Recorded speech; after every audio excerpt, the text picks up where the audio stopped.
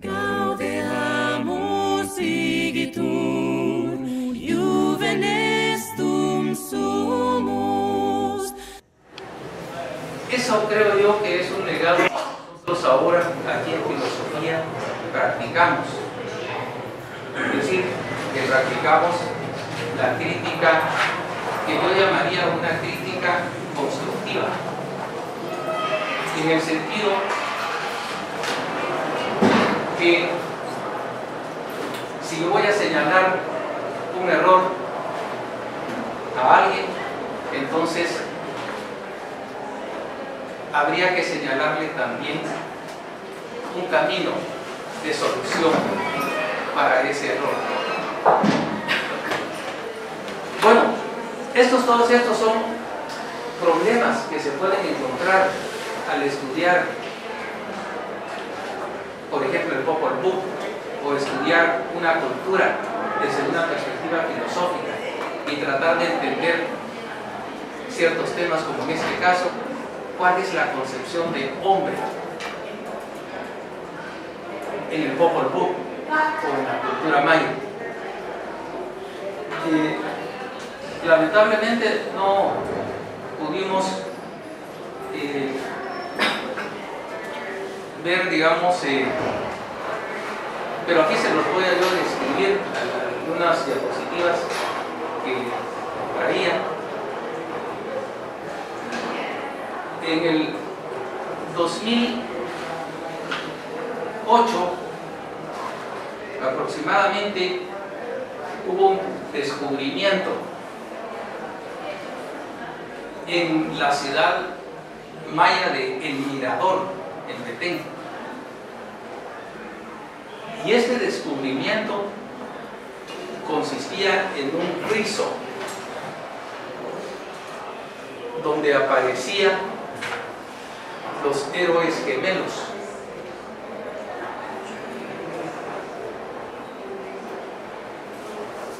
Y el arqueólogo a cargo de la investigación, un estadounidense, Richard Hansen, señalaba que ese friso era una muestra de que el Popol Vuh era más antiquísimo de lo que nosotros hemos pensado. Porque si ustedes recordarán, el padre Jiménez le fue entregado ese texto. Él lo tradujo. Pero más o menos el texto se sitúa en a ver si no me falla la memoria, 1554, según dice Recinos, que fue escrito. Y fue escrito aparentemente por unos reyes, los últimos reyes quichés.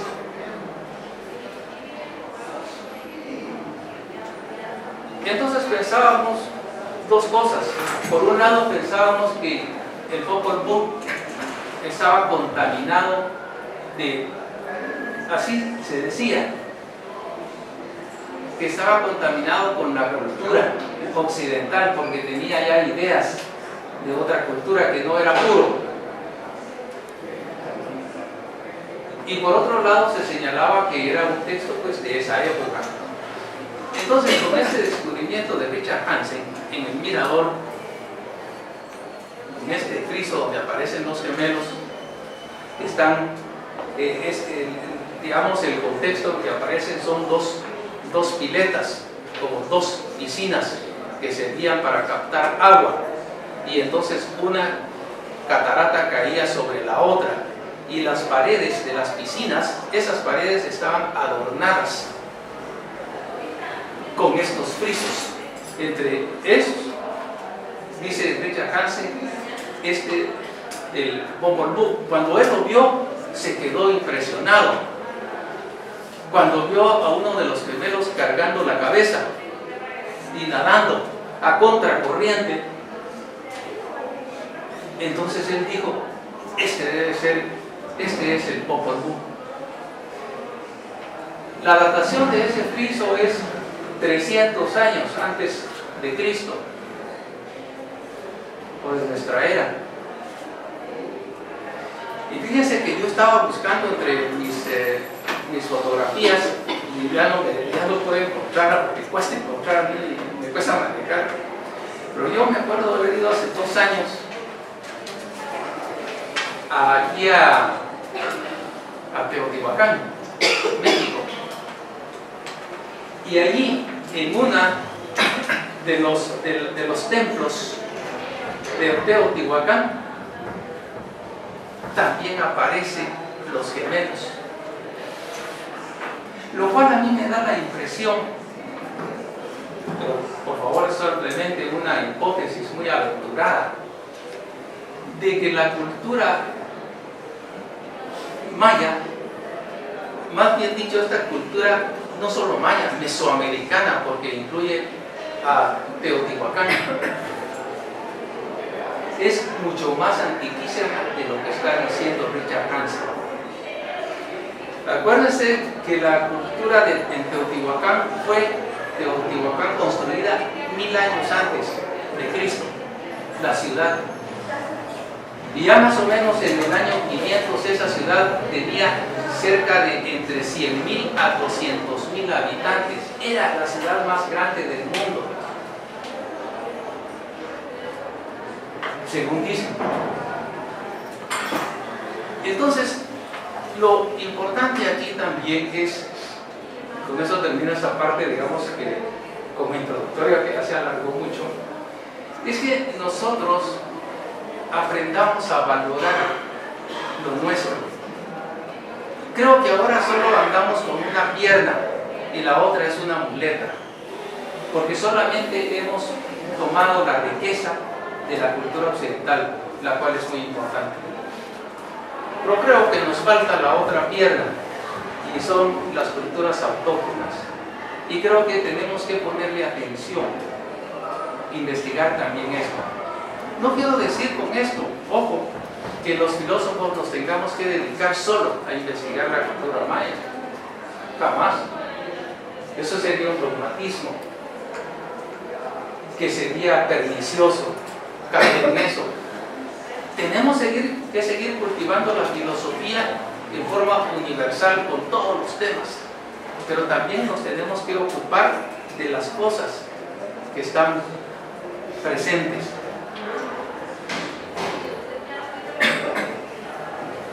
Bien, entrando en el Popol Vuh, el Popol Vuh tiene, digamos, una ontología, tiene una metafísica, tiene una axiología en sus versiones ética y estética, tiene una epistemología y una antropología filosófica, entre otras. Yo apenas he visto algunas cuestiones, pero la verdad es que me cuesta entrar, porque no he tenido, digamos, debo confesar, la preparación necesaria para poder hacer este estudio. Entonces lo voy haciendo ahí un poquito, digamos, casi que empíricamente. Ahora se complementan las estructuras, por ejemplo, de la filosofía con la estructura que aparece en el Popol Vuh, o si queremos mejor, en la cultura maya. Esa es una pregunta también que habría que hacerse. Y yo creo, al hacerme esta pregunta, es que llegué a la conclusión de que tenemos que generar. Ahora, no me gustaría dejar de señalar que hay, digamos, algunos prejuicios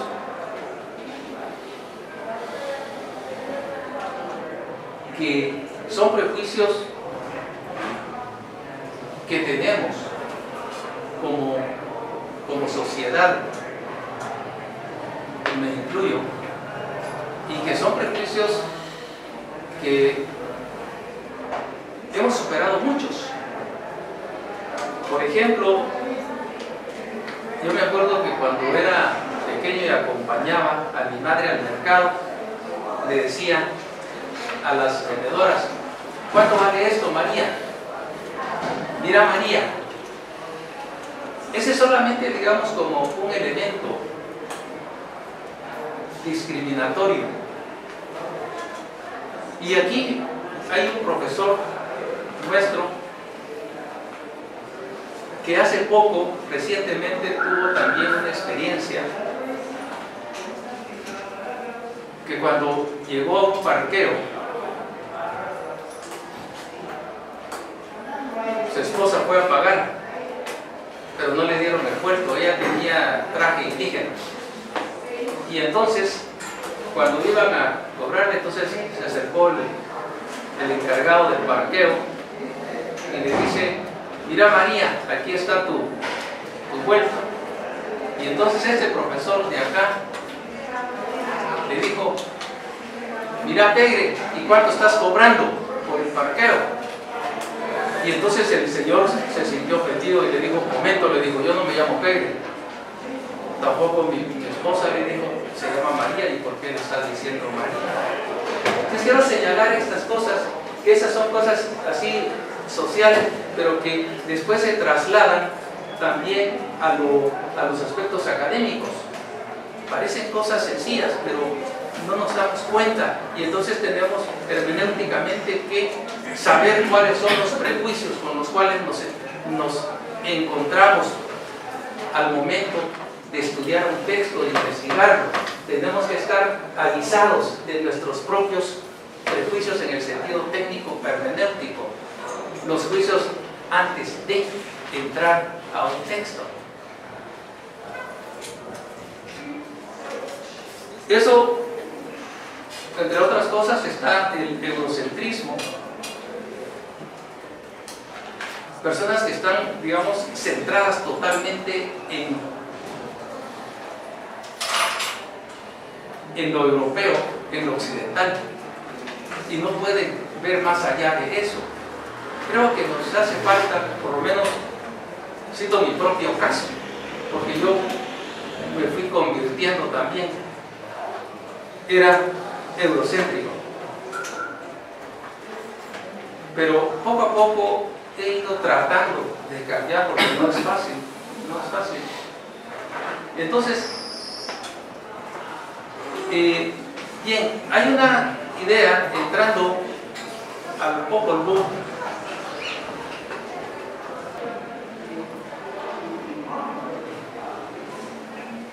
nos muestra, digamos, un pensamiento que practica el ensayo y el error, porque es hasta el cuarto intento cuando se logra la creación del ser humano. Quiero decir que dentro de esta, digamos, ontología de la sociedad maya, de la cultura maya, hay varios elementos importantes, como por ejemplo la naturaleza, el ser humano,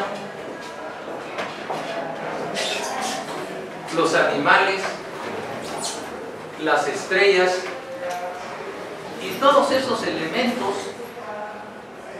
tienen vida.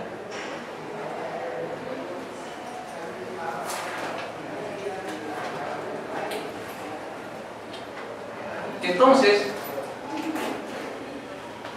cuando se inicia la creación, desde el inicio de la creación se manifiesta una dualidad de dioses. Son dos los dioses que hacen la creación, no es un solo Dios. Ese es un elemento que me gustaría señalar, que me parece peculiar de este tipo de pensamiento. Y cuando se crea también al ser humano, no se crea un ser humano. Por ejemplo, en el caso del varón, se crean 4 varones. Y en el caso de la mujer, se crean 4 mujeres. Entonces, ese elemento es un elemento que nos va mostrando, y se ve a lo largo de todo el texto, de que el ser humano es comunitario. Es más, como algo tal vez coincidente, el mismo libro, Popol Vuh. Bueno, aquí hay otro problema, solo con el nombre de Popol Vuh. Uno es el nombre que le pone Adrián Recinos, pero ha variado también el nombre. Aquí es otra problemática. Y entonces yo he tomado como base el de Adrián Recinos, que es este.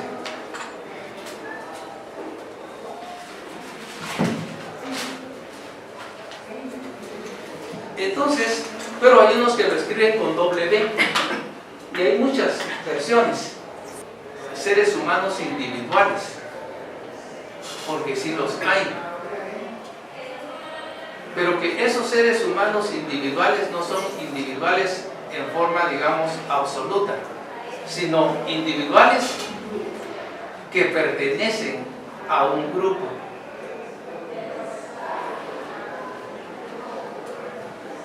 Y casi siempre las actividades que aparecen, que realizan, por ejemplo, los gemelos, imagínense, son 2, no aparece uno solo, en general. Entonces, me parece interesante por esa idea que nos puede transmitir de que la colectividad es importante. Cuando yo estudié la antropología filosófica y quise entender universalmente cómo se forma el ser humano desde el punto de vista antropológico, tomando en cuenta, digamos, el proceso de evolución, me encontré con unas ideas que proponían Habermas y Wilber.